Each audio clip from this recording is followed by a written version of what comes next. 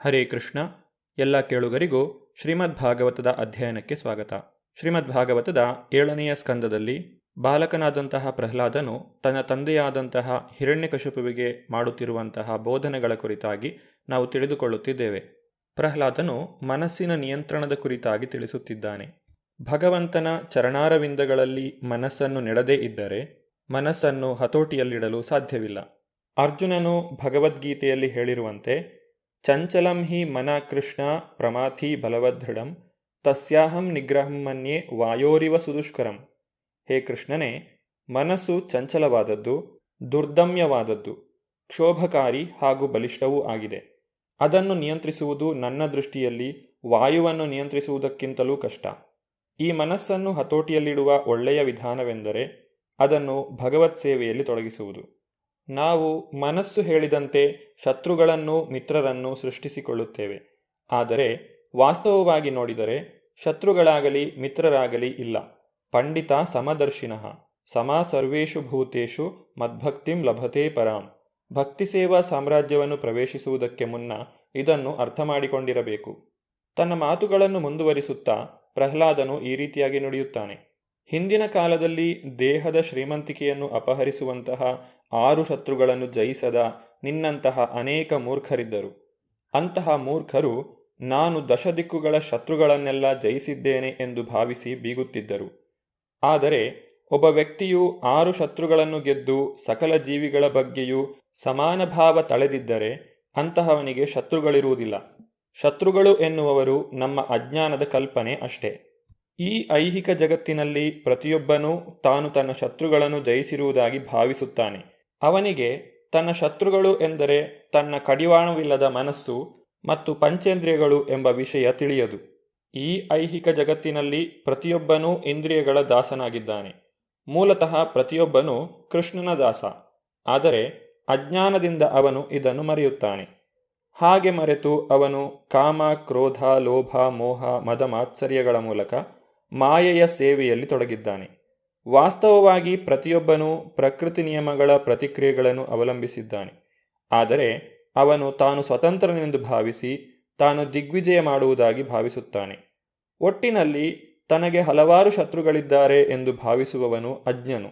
ಆದರೆ ಕೃಷ್ಣ ಪ್ರಜ್ಞೆಯಲ್ಲಿರುವವನು ತನ್ನೊಳಗಿರುವ ಅನಿಯಂತ್ರಿತ ಮನಸ್ಸು ಹಾಗೂ ಇಂದ್ರಿಯಗಳನ್ನು ಬಿಟ್ಟು ಬೇರೆ ಶತ್ರುಗಳು ಇಲ್ಲ ಎಂಬುದನ್ನು ಬಲ್ಲನು. ತನ್ನ ಮಗನಾದಂತಹ ಪ್ರಹ್ಲಾದನು ತನಗೆ ಬುದ್ಧಿ ಹೇಳುವ ವಿಚಾರವು ತಂದೆಯಾದಂತಹ ಹಿರಣ್ಯಕಶಿಪುವಿಗೆ ಇಷ್ಟವಾಗಲಿಲ್ಲ. ಹಿರಣ್ಯಕಶಿಪುವು ಸಿಟ್ಟಿನಿಂದ ಪ್ರಹ್ಲಾದನಲ್ಲಿ ಈ ರೀತಿಯಾಗಿ ನುಡಿದನು. ಎಲ್ಲವೋ ಮೂರ್ಖ, ಇಂದ್ರಿಯ ನಿಗ್ರಹದಲ್ಲಿ ನನಗಿಂತ ನೀನೇ ದೊಡ್ಡವನೆಂದುಕೊಂಡು ನೀನು ನನ್ನನ್ನು ಕೀಳಾಗಿ ಕಾಣಲು ಪ್ರಯತ್ನಿಸುತ್ತಿರುವೆಯಲ್ಲ, ಇದು ಅತಿಬುದ್ಧಿವಂತಿಕೆಯಾಯಿತು. ಮರಣಕಾಲ ಸನ್ನಿಹಿತವಾದಾಗ ಜನರು ಈ ರೀತಿಯ ಅಸಂಬದ್ಧವಾದ ಮಾತುಗಳನ್ನಾಡುತ್ತಾರೆ. ಆದ್ದರಿಂದ ನೀನು ನನ್ನ ಕೈಯಿಂದ ಸಾಯ ಬಯಸುವೆಯೆಂದು ತಿಳಿಯುತ್ತೇನೆ. ಹೇ ಮಂದಭಾಗ್ಯನಾದ ಪ್ರಹ್ಲಾದನೇ, ನೀನು ಯಾವಾಗಲೂ ನನಗಿಂತ ಬೇರೆಯಾದ, ಎಲ್ಲಕ್ಕಿಂತಲೂ ಮಿಗಿಲಾದ, ಪ್ರತಿಯೊಬ್ಬರ ಪ್ರಭುವೂ ಸರ್ವವ್ಯಾಪಿಯೂ ಆದ ಜಗದೀಶ್ವರನು ಇದ್ದಾನೆಂದು ಹೇಳುತ್ತೀಯಲ್ಲವೇ? ಆದರೆ ಅವನೆಲ್ಲಿದ್ದಾನೆ? ಅವನು ಎಲ್ಲ ಸ್ಥಳದಲ್ಲೂ ಇರುವುದಾದರೆ ನನ್ನೆದುರಿಗೆ ಇರುವ ಈ ಕಂಬದಲ್ಲಿ ಏಕೆ ಕಾಣಿಸುತ್ತಿಲ್ಲ? ನೀನು ಅಸಂಬದ್ಧವಾದುದನ್ನೇ ಒದರುತ್ತಾ ಇರುವುದರಿಂದ ನಾನು ಈಗಲೇ ನಿನ್ನ ತಲೆಯನ್ನು ಶರೀರದಿಂದ ಬೇರ್ಪಡಿಸುವೆನು. ಈಗ ನಿನ್ನ ಪರಮಪೂಜ್ಯನಾದ ಭಗವಂತನು ಬಂದು ನಿನ್ನನ್ನು ರಕ್ಷಿಸುತ್ತಾನೆಯೋ ನೋಡೋಣ. ನಾನು ಅದನ್ನು ನೋಡಬೇಕು. ಹಿತೋಪದೇಶದಲ್ಲಿ ಈ ರೀತಿಯಾಗಿ ಹೇಳಲಾಗಿದೆ. ಉಪದೇಶೋ ಹಿ ಮೂರ್ಖಾಣಾಂ ಪ್ರಕೋಪಾಯ ನ ಶಾಂತಯೇ. ಮೂರ್ಖನಿಗೆ ಒಳ್ಳೆಯ ಉಪದೇಶವನ್ನು ನೀಡಿದರೆ ಅವನು ಅದರ ಸದುಪಯೋಗವನ್ನು ಪಡಿಸಿಕೊಳ್ಳುವುದಿಲ್ಲ, ಬದಲಿಗೆ ಇನ್ನೂ ಸಿಡಿಮಿಡಿಗೊಳ್ಳುತ್ತಾನೆ. ಹಿರಣ್ಯಕಶಿಪುವು ಪ್ರಹ್ಲಾದನು ತನಗೆ ನೀಡಿದ ಪ್ರಮಾಣಬದ್ಧವಾದಂತಹ ಉಪದೇಶವನ್ನು ಸತ್ಯವೆಂದು ಒಪ್ಪಲಿಲ್ಲ.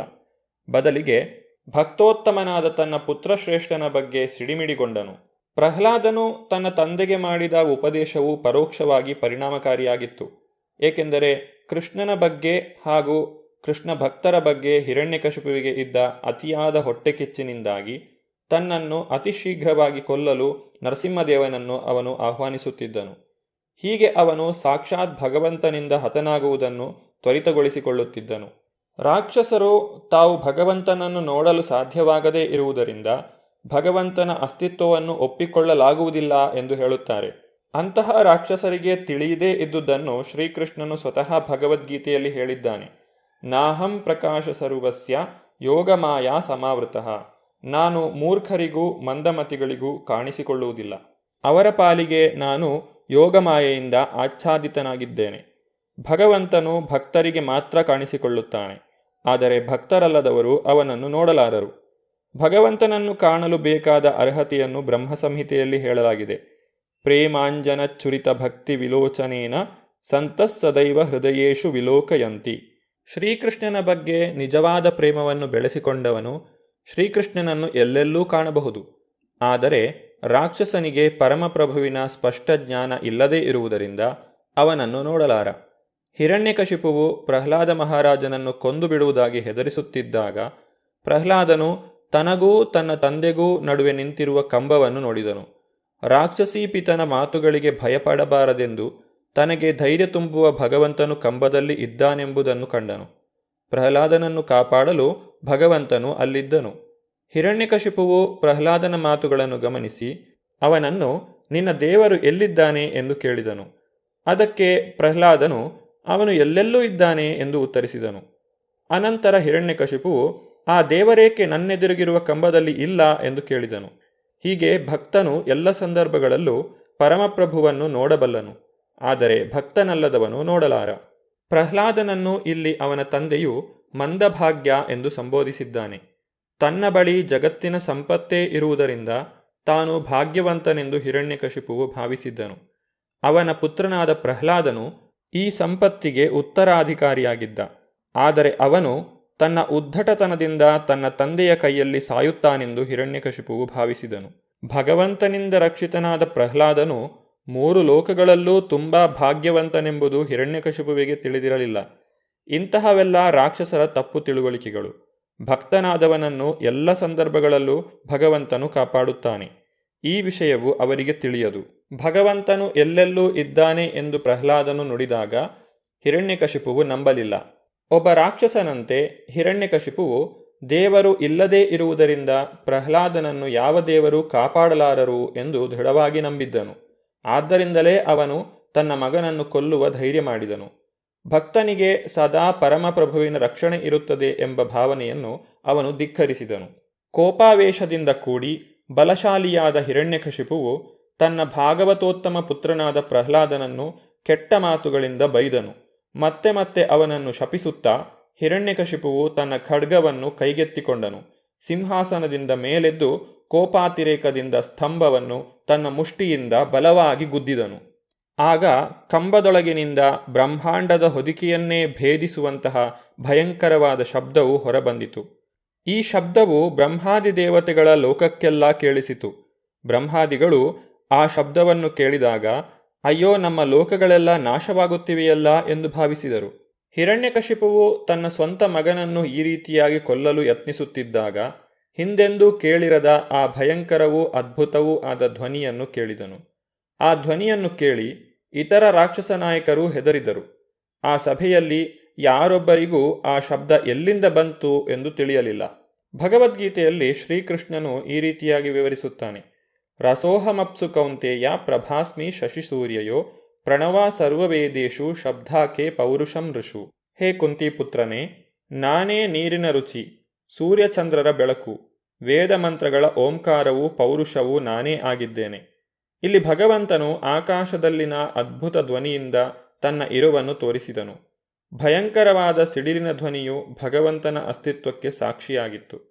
ಹಿರಣ್ಯಕಶಿಪುವಿನಂತಹ ರಾಕ್ಷಸರಿಗೆ ಈಗ ಭಗವಂತನ ಶಕ್ತಿಯು ಅರ್ಥವಾಗುತ್ತಿತ್ತು. ಆದ್ದರಿಂದ ಅವರು ಹೆದರಿದರು.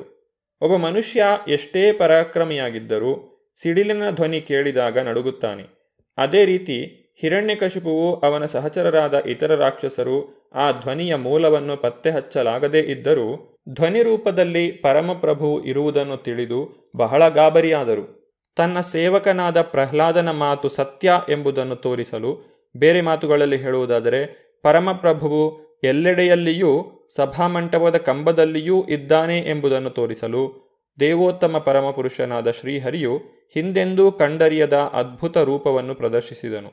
ಆ ರೂಪವು ಮನುಷ್ಯನದೂ ಆಗಿರಲಿಲ್ಲ, ಸಿಂಹದ್ದೂ ಆಗಿರಲಿಲ್ಲ. ಹೀಗೆ ಭಗವಂತನು ಸಭಾಮಂಟಪದಲ್ಲಿ ಅದ್ಭುತ ಆಕಾರದಲ್ಲಿ ಕಾಣಿಸಿಕೊಂಡನು. ಭಗವಂತನ ನರಸಿಂಹ ರೂಪದ ಕುರಿತಾಗಿ ಹೆಚ್ಚಿನ ವಿವರಗಳನ್ನು ನಾವು ಮುಂದಿನ ಸಂಚಿಕೆಯಲ್ಲಿ ನೋಡೋಣ. ಧನ್ಯವಾದಗಳು. ಹರೇ ಕೃಷ್ಣ.